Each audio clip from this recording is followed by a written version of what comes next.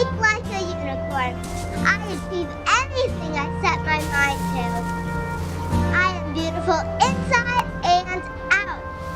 I trust myself to make good decisions.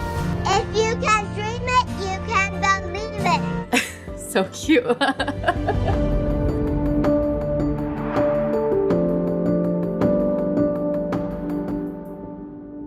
I was a really shy child, very, very shy. I had some really hard things in childhood, which ended up turning into complex trauma. There were so many times I felt hopeless. I started seeing a doctor, and he made a mistake where it diagnosed me like the first visit, gave me 2 medications at the same time to take, and we couldn't tell which one worked. So I was mad in the beginning. When I started to research trauma, I was going to conferences for my license. So I was attending we'd pick certain classes to go to. But the more I read, the more I learned, the more I thought, this doesn't seem like what's really going on with me. I got very sick in 2020, and I had periods of time before that where I was sick and then would kind of get a little better, but this was significant. Something was really going on, and they couldn't figure it out. We almost got to a point where they thought it was all just in my head, and I knew it wasn't.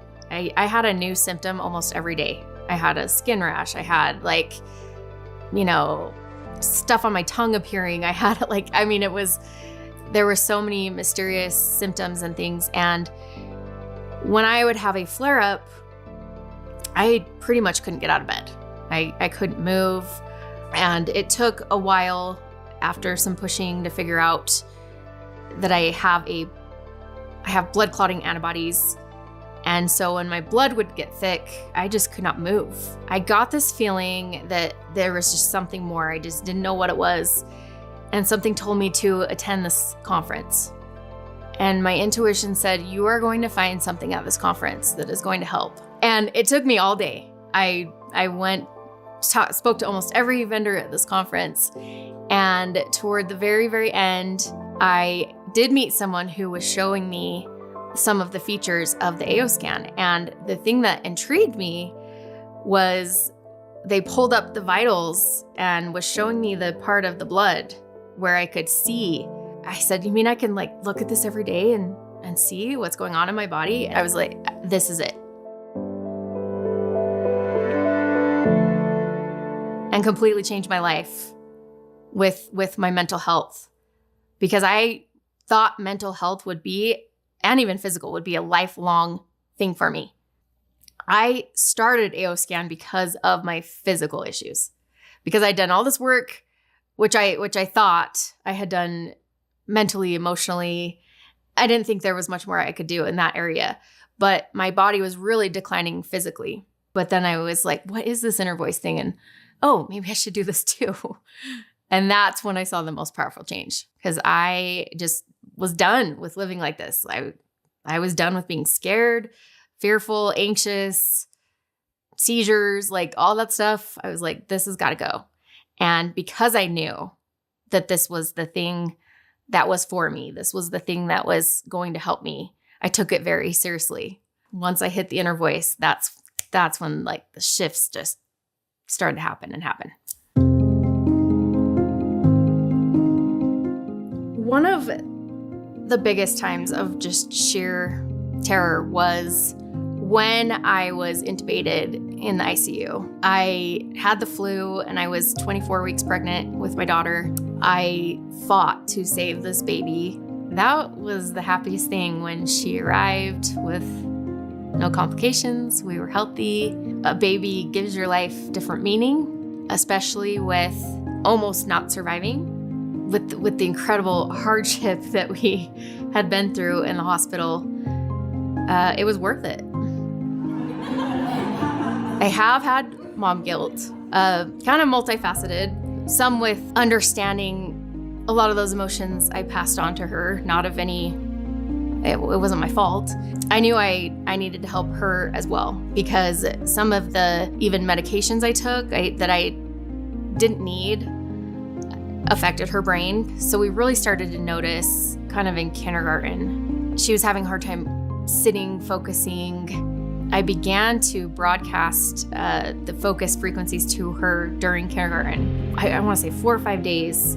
She came running home and she had all 6 smileys. And the teachers didn't really know what I was doing. They're like, whatever it is, it's working. And she's caught up a lot as far as like reading. She was very behind on reading. We've been doing mind sync with her. Now she just loves to read.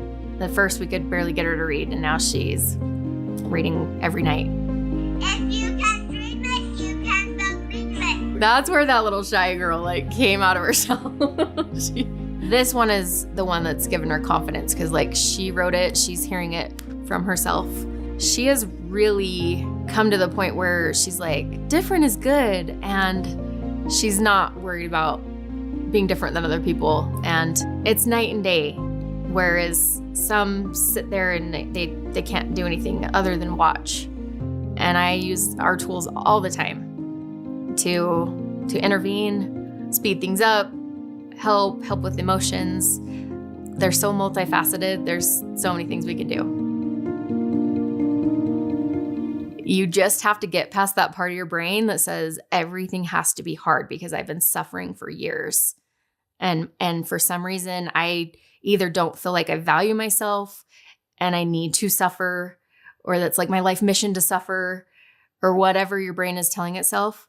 Some people, nothing has worked for them. I was in that state for a long time, and I didn't even know how to believe that something could get me out of that.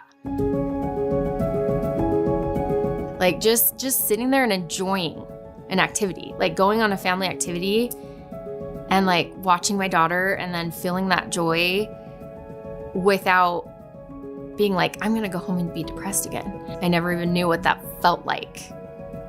And to experience that for the first time was just almost unreal. You have to take that first step forward. Try something new. Even if 10 other things have failed, keep trying. When you're finally to a point where you can get out of that and not be in that circumstance, there's nothing in the world that's better. Because you can be on hell on earth, whether it's physically, whether it's in your mind, that you can be living in an actual hell on earth. But you don't have to be. The beauty of it is that we can change that.